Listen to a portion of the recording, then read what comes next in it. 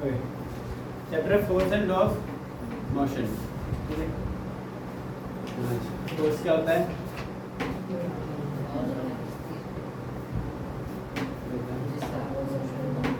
आप पुश और आप पुल ऑफ एन ऑब्जेक्ट, किसी चीज में खिंचाव या फिर किसी के ऊपर दबाव लगा के उसे धक्का देना, उसे क्या कहते हैं? फोर्स कहते हैं, यानी बल कहते हैं। ठीक है, फोर्स क्या है? आप पुश या फिर पुल, ठीक है, इसे फोर्स कहते हैं। अब जो हमें पढ़ना है वो पढ़ने हैं न्यूटन के 3 लॉज। न्यूटन ने मोशन के 3 लॉज दिए थे।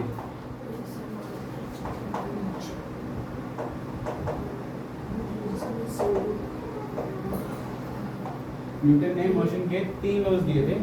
चैप्टर में पहले थोड़ा सा रास भी था, कंजर्वेशन वगैरह, कंजर्वेशन वगैरह भी था, लेकिन और जो उसे काट दिया, सिर्फ 3 लॉज ही आपको पढ़ने। फोर्स क्या था? फोर्स आपको पता ही चुका है। ठीक है, ओके। अच्छा, वन मोर थिंग कि अगर फोर्स बैलेंस है, इसे भी कहते हैं अगर फोर्स भी 2 तरीके के हैं। कौन कौन से? बैलेंस्ड फोर्स है और अनबैलेंस्ड फोर्स है। बैलेंस्ड फोर्स है और अनबैलेंस्ड फोर्स है। बैलेंस्ड फोर्स क्या होता है? जैसे सपोज कि ये एक बॉल है, ठीक है, यहाँ से एक पर्सन ए 40 न्यूटन का फोर्स लगा रहा है, ठीक है, और यहाँ से एक पर्सन बी वो भी 40 न्यूटन का फोर्स लगा रहा है, ठीक है। तो ये ऑब्जेक्ट मूव करेगा, ये ऑब्जेक्ट मूव करेगा, यस और नो? नहीं करेगा ना। क्यों? क्योंकि इस पे लगने वाली इस डायरेक्शन से फोर्स और इस पे लगने वाली इस डायरेक्शन से फोर्स दोनों इक्वल है, तो दोनों फोर्स क्या हो जाएंगी? कैंसिल हो जाएंगी, राइट? दोनों फोर्स कैंसिल हो जाएंगी, तो यहाँ इस पे लगने वाली एग्जैक्ट फोर्स क्या हो जाएगी? Net force 0। तो जब इस पे फोर्स ही लगी तो वो ऑब्जेक्ट मूव नहीं करेगा। इस फोर्स को क्या बोलते हैं? बैलेंस फोर्स बोलते हैं, जिसमें नेट फोर्स 0 हो जाए, ठीक है। दूसरी होती है कि सेम एक और ऑब्जेक्ट है, यहाँ से पर्सन ए है 40 न्यूटन का फोर्स लगा रहा है, यहाँ से पर्सन बी है 20 न्यूटन का फोर्स लगा रहा है, ठीक है। तो अब ऑब्जेक्ट मूव करेगा, किस डायरेक्शन में करेगा? इस डायरेक्शन में, जिस डायरेक्शन में ज्यादा फोर्स लग रही है उस डायरेक्शन में मूवमेंट करेगा। तो अब इसके ऊपर लगने वाली नेट फोर्स कितनी है? 20 हो गई ना, क्योंकि ए पर्सन की फोर्स में से बी पर्सन की फोर्स को माइनस कर दोगे तो 20 नेट फोर्स आ जाएगी। तो अब इस पे लगने वाली फोर्स क्या है? 20 न्यूटन, जिसमें ऑब्जेक्ट मूव करेगा। तो ऐसी फोर्स को क्या बोलते हैं? अनबैलेंस फोर्स कहते हैं, जो 0 के बराबर नहीं होती और कुछ वेरिएबल या कुछ नंबर कांस्टेंट देगा, ठीक है। क्लियर है बैलेंस्ड और अनबैलेंस्ड फोर्स? अब हम पढ़ेंगे न्यूटन के 3 लॉज। फर्स्ट लॉ से शुरू करते हैं।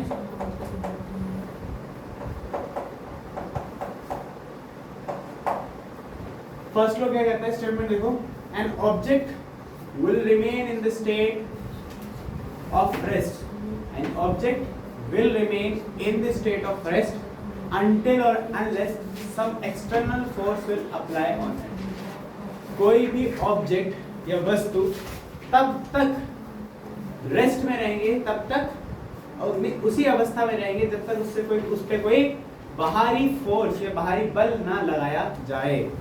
जैसे कि अगर मैं देखूं कि एक चेयर रखी है, सपोज ये बॉल है, ठीक है, यहाँ पर ग्राउंड पे रखी हुई है, तो जब तक वो वहां पर वैसे ही रखी रहेगी, जब तक इस पे कोई भी किक ना करे या फिर कोई फोर्स ना लगाए, फिर कोई इसे धक्का ना दे, तब तक ये मूवमेंट नहीं करेगा, ठीक है। या फिर कोई कार है, वो 20 किलोमीटर प्रति घंटे की स्पीड से चल रही है, तब जब तक वो नहीं रुकेगी, जब तक मैं इस पे ब्रेक अप्लाई नहीं करूंगा, कोई बाहरी फोर्स नहीं लगाऊंगा, तब तक ये रुकेगी भी नहीं, ठीक है। तो फर्स्ट लॉ क्या कहता है? An object will remain in the state of rest और of uniform motion in a straight line. कोई भी ऑब्जेक्ट अपनी विराम अवस्था में रहेगा या फिर मोशन करता रहेगा एक स्ट्रेट लाइन में, ठीक है, यूनिफॉर्मली, बिना अपनी गति या फिर कुछ भी चेंज किए उसी तरीके से मूव करता रहेगा जब तक उस पर कोई बाहरी फोर्स या बाहरी बल नहीं लगेगा, ठीक है, ठीक है। फिर क्या कह रहा है first law? The object will remain in the state of rest और in the motion, in the uniform motion in a straight line until or unless some external force will apply on it. ठीक है, clear है? ठीक है, first law में से ही एक और चीज निकल के आती है, इसको क्या बोलते हैं? इनर्शिया। क्या बोलते हैं? इनर्शिया। सी कुछ हद तक इनर्शिया फर्स्ट लॉ बहुत सेम दिखाई देते हैं, लेकिन इनर्शिया नियम नहीं है, इनर्शिया एक प्रॉपर्टी है। इनर्शिया किसी भी ऑब्जेक्ट या किसी भी बॉडी की एक प्रॉपर्टी, एक टेंडेंसी है, ठीक है, एक गुण है। ठीक, इनर्शिया क्या है? एक गुण है, ठीक है।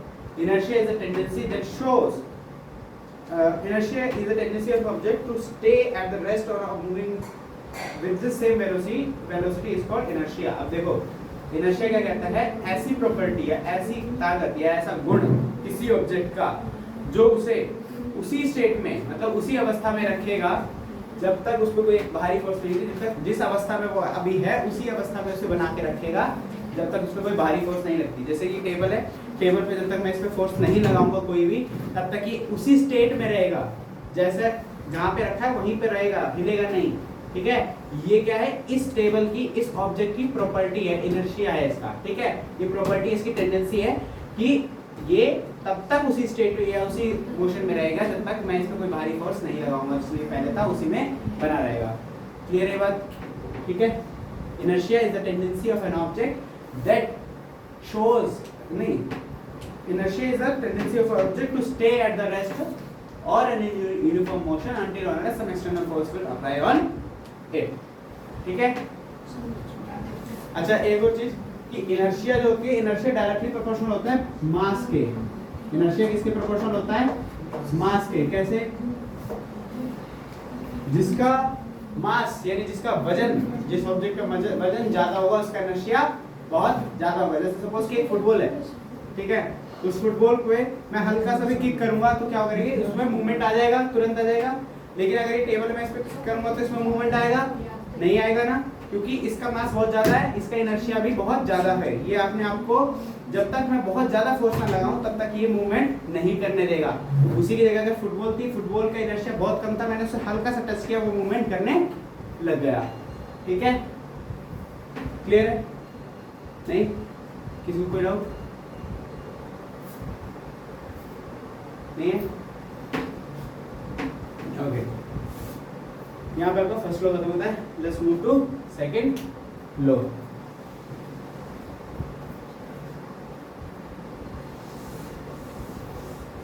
छोटी सी डेरिवेशन भी है सेकंड लॉ में।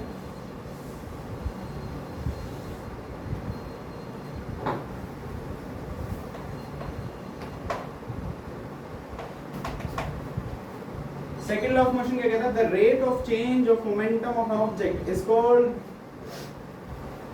Is equals to the force applied on an object. कह रहा है the rate of change of momentum of object, मतलब मोमेंटम जितना ज्यादा चेंज हो रहा है वो किसके इक्वल है? उसके ऊपर लगाए हुए फोर्स के इक्वल है।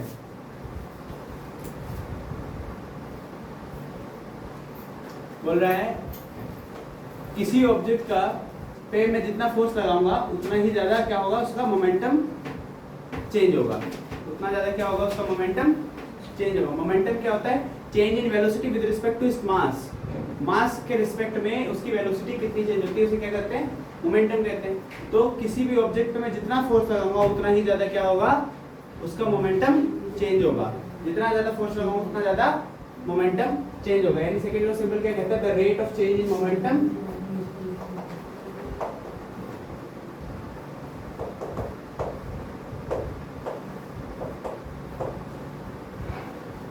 is directly proportional, is equals to force applied on it, force applied on it, ठीक है, is equals to the force applied on it। ठीक है, बहुत इजी है। यानी अच्छा मोमेंटम क्या था? पहले मोमेंटम लिख देते हैं।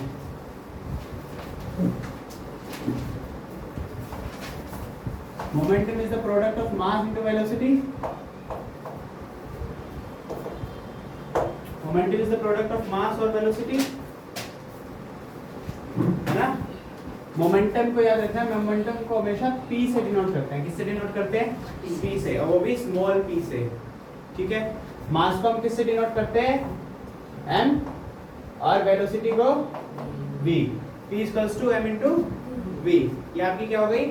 फर्स्ट इक्वेशन बन गई। आगे हम इसे यूज करेंगे। एसआई यूनिट क्या होती है भाई मोमेंटम की? बता सकते हो कोई? मास की क्या होती है? केजी। वेलोसिटी की क्या होती है भाई? मीटर पर सेकेंड। तो केजी मीटर पर सेकेंड होती है किसकी? मोमेंटम की एसआई यूनिट। ठीक है, अब डेरिवेशन करते हैं। According to the second law, according to second law क्या कह रहे हैं?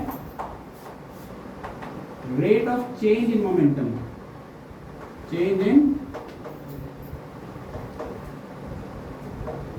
Momentum equals to force applied. सही है भाई? Rate of change in momentum equals to force applied. अब देखो, चेंज को किससे डिनोट करते हैं? हमेशा हम ट्रायंगल से करते हैं। किससे करते हैं? स्मॉल ट्रायंगल से करते हैं, राइट? यानी change in momentum equals to force applied. Force को हम लिख सकते हैं, अच्छा अभी यहाँ पे फोर्स लिख देते हैं। ठीक है, फोर्स अप्लाइड। अब देखो, चेंज हो रहा है, जैसे चेंज इन वेलोसिटी हो रहा था तो क्या हो रहा था? Final velocity minus initial velocity हो रहा था, राइट? उसी तरीके से चेंज इन मोमेंटम हो रहा था, final momentum minus initial momentum करेंगे। ठीक है, चेंज इन मोमेंटम हो रहा तो क्या करोगे? Final momentum minus initial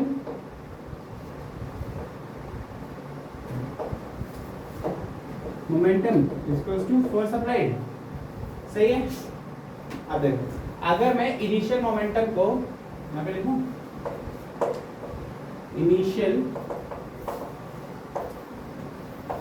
momentum को P1 मान लूं और फाइनल मोमेंटम को P2 मान लूं, राइट? इनिशियल मोमेंटम को P1 मान लूं और फाइनल मोमेंटम को P2 मान लूं, तो P2 minus P1 equals to F हो जाएगा। कोई दिक्कत? सही है? ठीक है, अब देखो, हमें पता है momentum equals to mass into velocity होता है ना? तो P1, P2 और P1 की जगह पे उसको मास इनटू वेलोसिटी लिख सकता हूँ। P2 मोमेंटम ही तो है, तो मोमेंटम को मास इनटू वेलोसिटी लिख सकता हूँ। P1 भी मोमेंटम है, तो इसको भी मास इनटू वेलोसिटी लिख सकता हूँ। तो M1 वो सॉरी M2 V2, अच्छा M तो ऐसे ही रहेगा ना, क्योंकि मास तो एक ही है ऑब्जेक्ट का।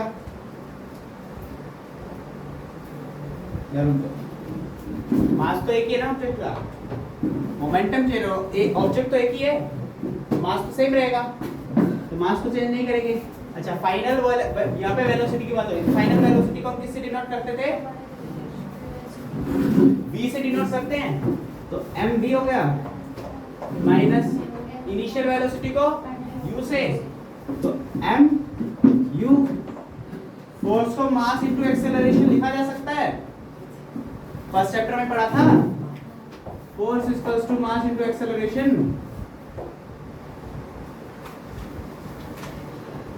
चलो ये तो निकाल लेना, फोर्स तो v आया पड़ेगा। सही है यहाँ तक? अब देखो, mv माइनस mu में से m को कॉमन ले लूं,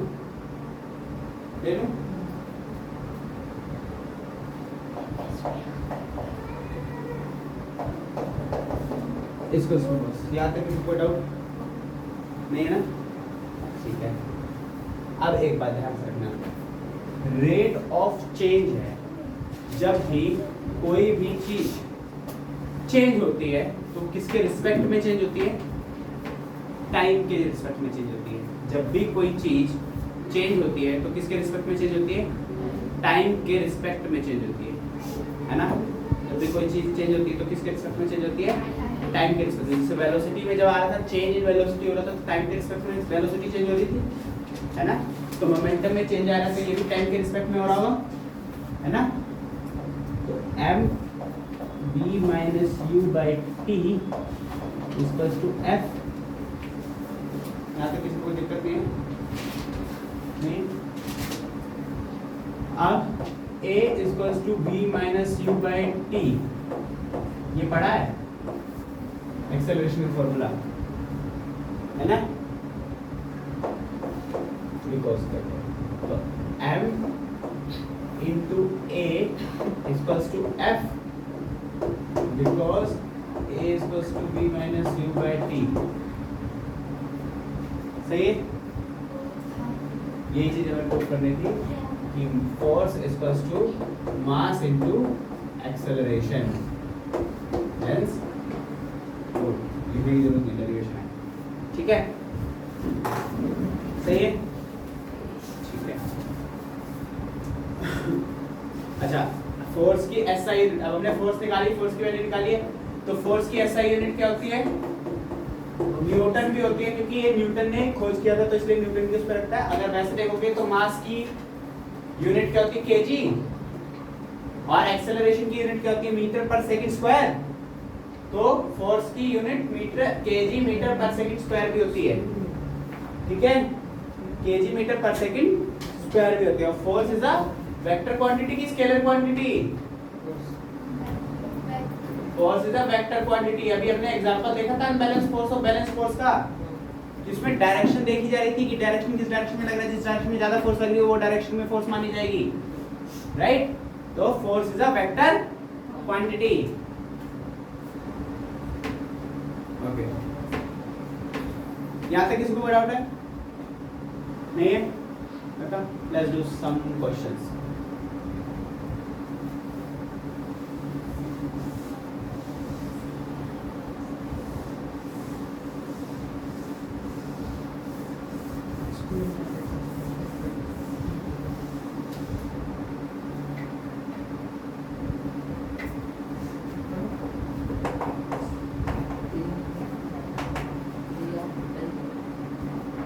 Question will be pushes his scooter for 4 seconds.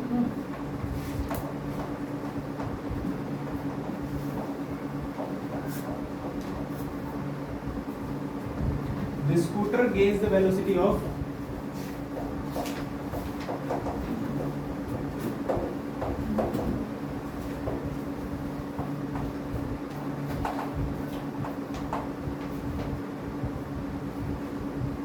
8 meter per second.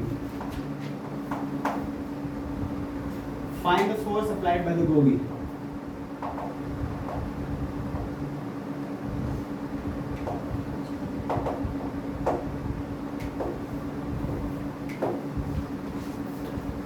If mass of a scooter is 10 kg, if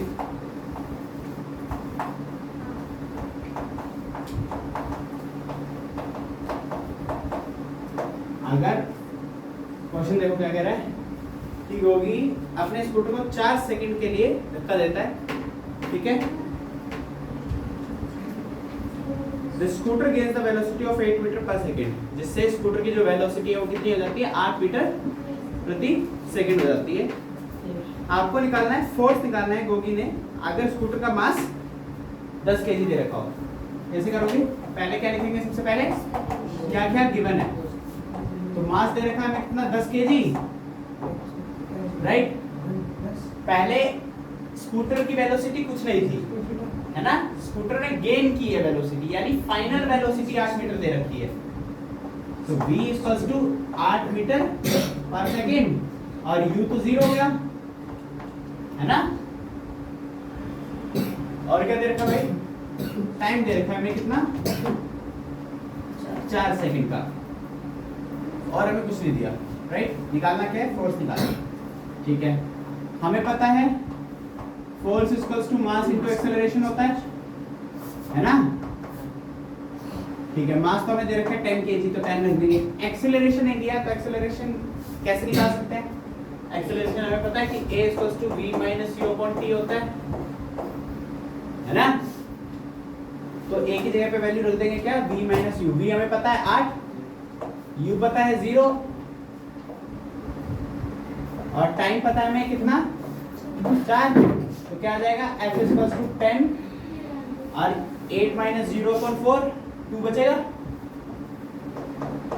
है ना।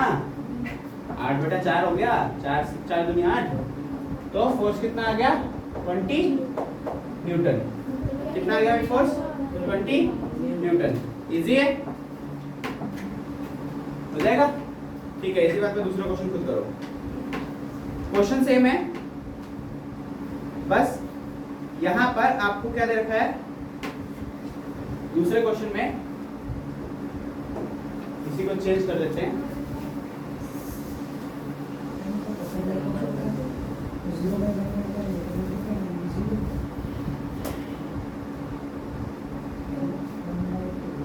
ठीक है,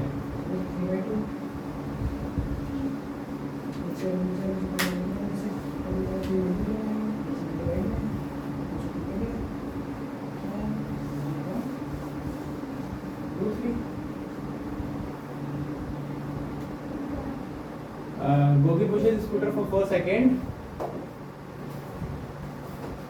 and the force applied by Gogi is 20 newtons. What will be the velocity of scooter after 7 seconds?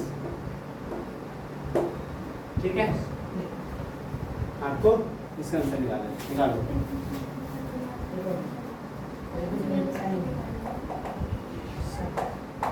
Question देखो, what will be the velocity after 7 seconds. कौन सी velocity पूछी गई है?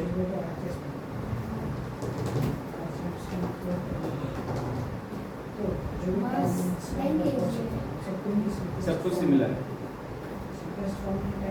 क्या क्या दे रखा है? मास दे रखा है कितना 10 किलो। फोर्स दे रखा है कितना 20 न्यूटन। टाइम दिया है 7 सेकेंड्स। 7 सेकेंड के लिए पूछी गई है ना, है ना। 7 सेकेंड के लिए पूछा गया ना यहाँ पे। इनिशियल वेलोसिटी 0 ही होगी और फाइनल वेलोसिटी फाइंड करनी है, राइट। तो अगेन वही फॉर्मूला लगा दोगे, force equals to mass into acceleration. Mass 10 है, एक्सेलरेशन हमें पता है v minus u upon t होता है, तो v हमें निकालना है, u 0 है, टाइम 7 सेकंड दे रखा है, इक्वल्स टू में 20 फोर्स 20 है। ये मल्टीप्लाई में आएगा इधर डिवाइड हो जाएगा,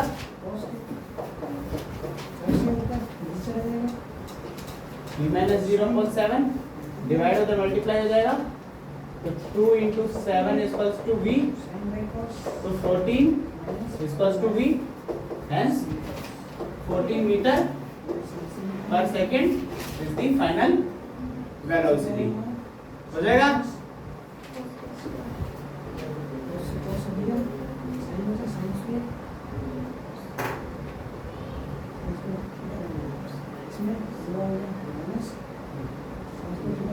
हो जाएगा ना, ठीक है। अब इसके बाद एक homework question and then third law करेंगे।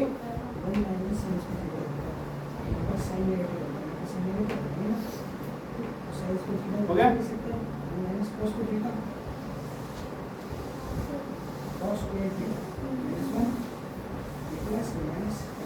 क्वेश्चन लिख लो, homework.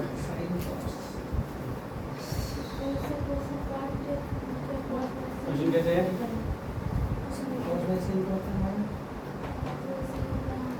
Raj was driving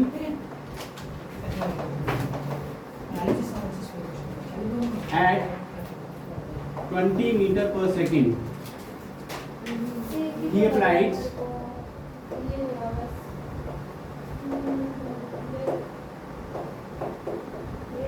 brakes which generates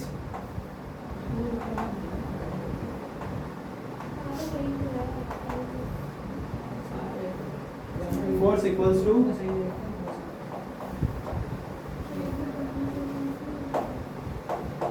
minus 500 Newton.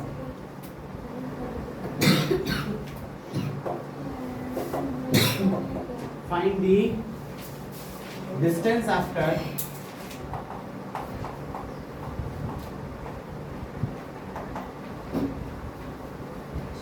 which car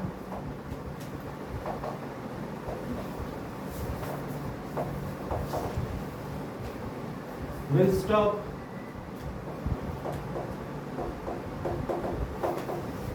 if the mass is 100 kg. यहाँ पे minus 500 न्यूटन दे रखा है फोर्स, ठीक है। इसमें 3 इक्वेशन ऑफ मोशन कराई थी, में से एक इक्वेशन मतलब सेकंड या थर्ड में से एक इक्वेशन ऑफ मोशन यूज होगी, ठीक है।